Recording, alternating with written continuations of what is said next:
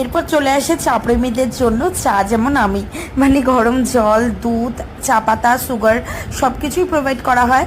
যে যেরকম চা খেতে পছন্দ করে সে তার মতো বানিয়ে নেয়। আমি দুধ ঢেলে নিচ্ছি, তারপরে কিন্তু চিনি ঢেলে নিচ্ছি, তারপরে কিন্তু চা পাতার ব্যাগটা দিয়ে বানিয়ে ফেললাম চা, যদিও খেতে একেবারেই বাজে হয়েছিল।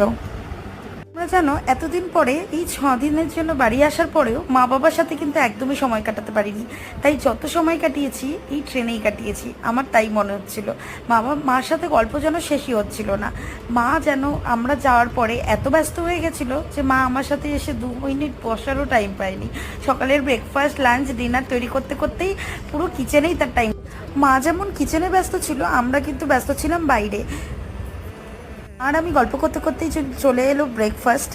আর হ্যান্ড স্যানিটাইজার একটা প্রোভাইড করেছিল তারা, যেটা আমার খুব ভালো লেগেছে। আর এখনও যে সেই জিনিসটা মেনটেন